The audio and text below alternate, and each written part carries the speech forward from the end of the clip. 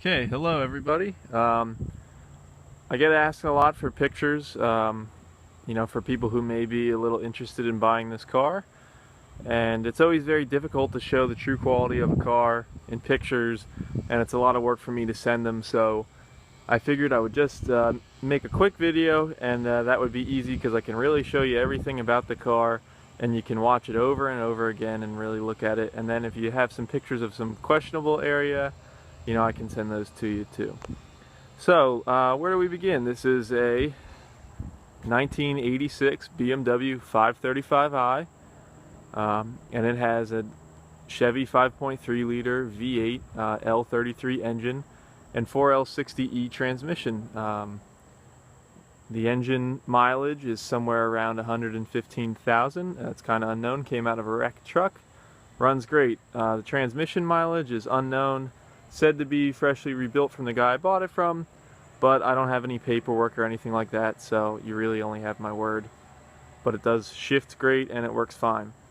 So, a little bit about the car. It has BBS replicas on it. They are made by ASA. They don't leak. Tires, the rears match, the fronts match, and they have good tread. I just put them on not too long ago, but they were used. So I'd say they're probably 50% life, but no issues there. Let me get a little close. So, you have your front tires, and you have your back tires. So pretty good tread, not bad. While we're here, brakes, front and rear, rotors, pads, all new. Just did that not too long ago. So now I'll go ahead and move to the engine compartment. So like I said, 5.3 liter truck motor. It is the L33, which is all aluminum from factory. Weighs about 100 pounds less than your standard truck motor. So where do we begin? We have the side exit headers that I made myself. They're 1 3/4 inch diameter primaries into a 3-inch collector, neck down to 2.5-inch piping. TIG welded, end purged when welded, heat wrapped with REI wrap. Keeps the heat down nice. You have stock plug wires, a short little intake that I made, not ideal, but hey, you can change that if it really bothers you. Same thing on the other side.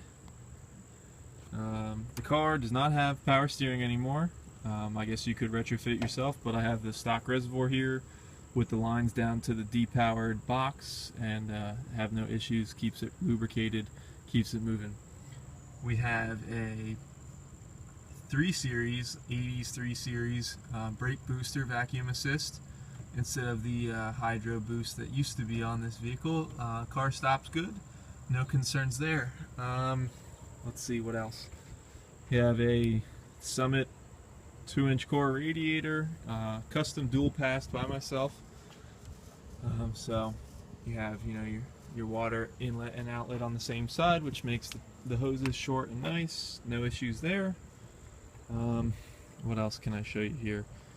It has a GTO oil pan, so the filter's nice up front, easy to get to. It has been cut and welded by myself to clear the cross member. RTV on the gasket, nice seal, no leaks there. While I'm down here, you have your automatic transmission cooler hanging down in the front there, and an electric fan that pushes through the front, keeps the car cool when you're sitting in traffic. So now I'll move to the rear of the car.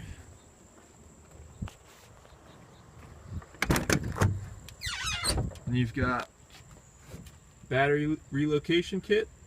This is a full-size spare. Tire is pretty much a slick, but I'll get you off the side of the road. We have a 15-gallon fuel cell. Just bought that, pretty new as you can see, in January 2015. All AN-6 fuel line. Good quality, no leaks, no issues. I just have some stuff in case I would ever break down, but the car has actually been very reliable since I put it together. We'll close that. Underneath you have your AEM 355 fuel pump, a Corvette fuel filter regulator combo with a return. You have your pre-filter here and your sumps. One is blocked off because I don't need it. And you also have your wiring for the battery and things like that zip tied out of the way. Stock rear diff here. Open diff.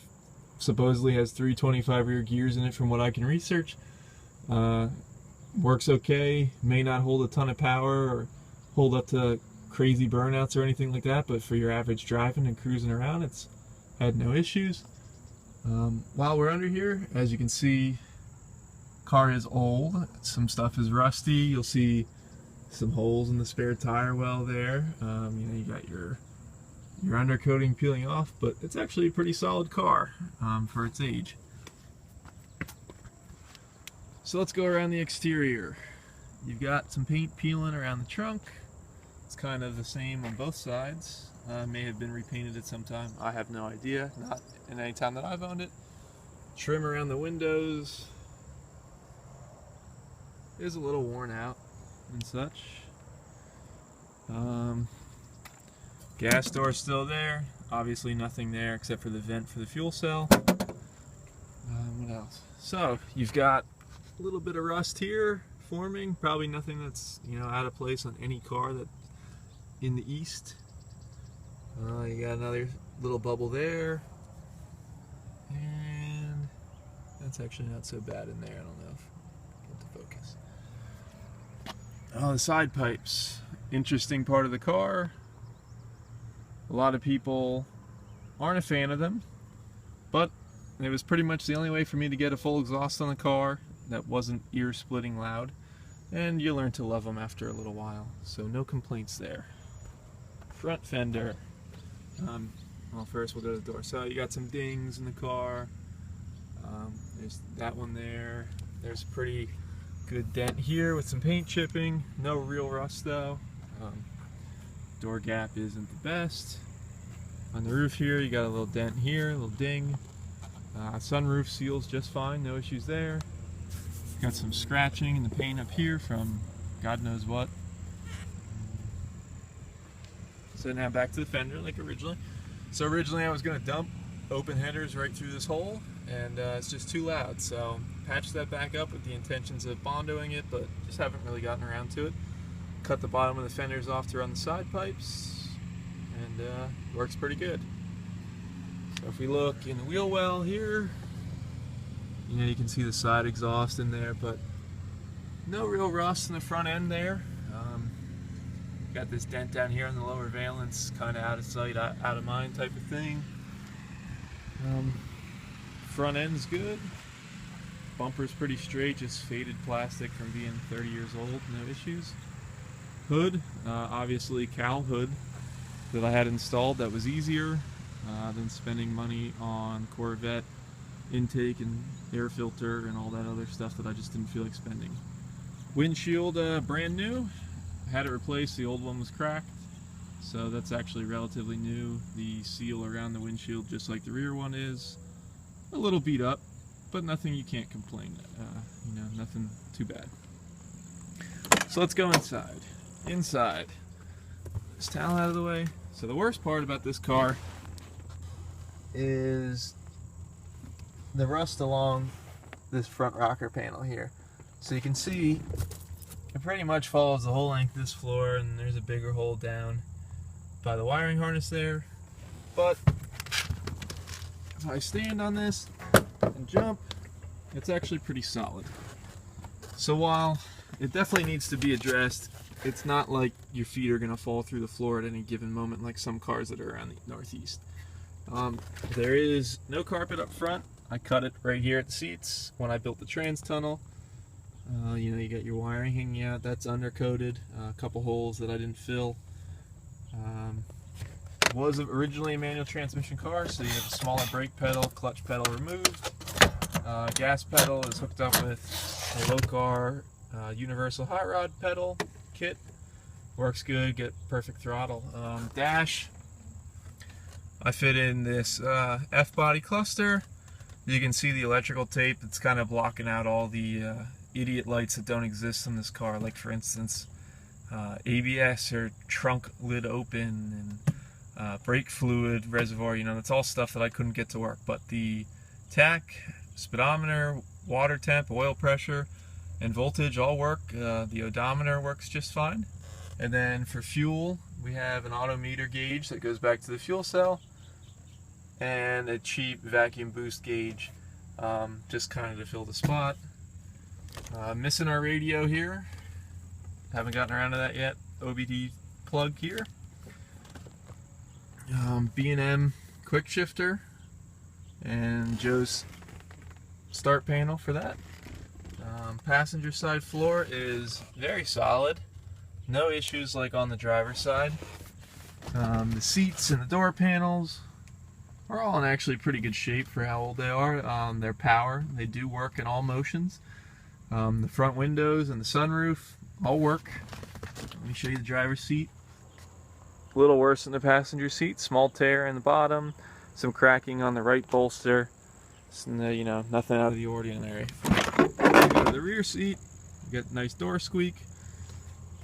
The rear windows do work, but they're kind of slow, and so I don't use them. They're unplugged behind the door panel. The rear seat has no tears that I can see. You know, pretty standard stuff.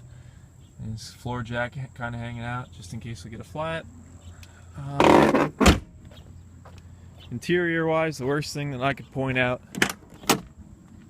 is that you have you know, this seat back is kind of fallen off. It looks like somebody has self-tappered it in the past, and maybe they backed out or whatever. I'll probably throw some self-tappers in there, but if you have a problem with that, then maybe I'll just let you handle it if you're the kind of guy interested in buying this car.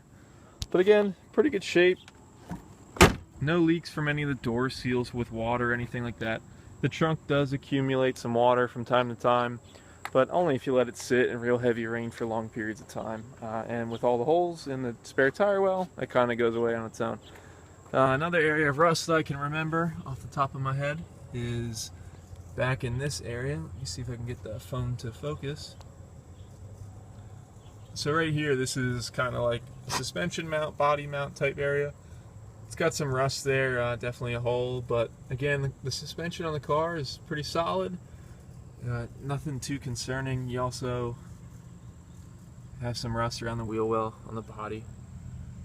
But again, it's kind of a hot rod. It's not perfect. It will never be perfect, so if that's the kind of car you're looking for, this probably isn't for you anyway. But if you're looking for a nice, reliable, hot rod thing to cruise around in and have fun with your buddies, this is it, man. Like I said, I've driven it probably about 1,000 miles since I put the trans in. I've had no issues, just kind of drive it. Even sat through Philadelphia traffic on my way to work one day. And last but not least, we'll give you a little fire up. So pretty standard. You flip your ignition on here.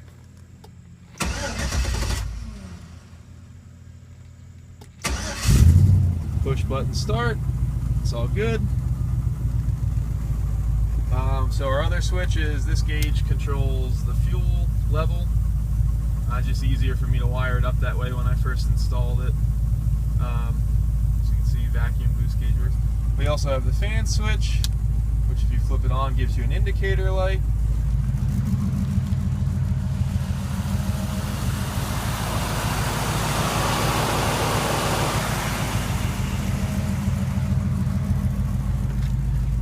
So you have your fully functional fan there. Like I said, we have our cluster here. You can see the odometer works just good. 86,000 is what's on the cluster. Can't really control that. Car has somewhere around 180,000 on it, so I would just say add 100,000 miles to the mileage on there, and you've got the mileage on the car. Got good oil pressure. Temp's not up. If you rev it up, you got good tach reading.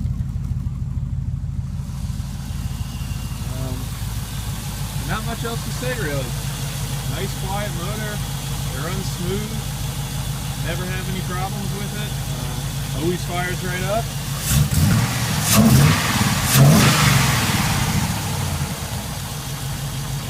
It's a good car, so if you're looking for something fun to drive around, maybe play around with because you're not quite ready to take on a full swap, but you'd like to start playing around with something, maybe throw some turbos on it, a supercharger. You know, this is a great car. It's fun. Not really much else I can say. So the price is $5,000 or best offer. I am flexible. I use this car as a learning experience when I had free time from school and work. And I'm just looking to get a little bit out of it and start my next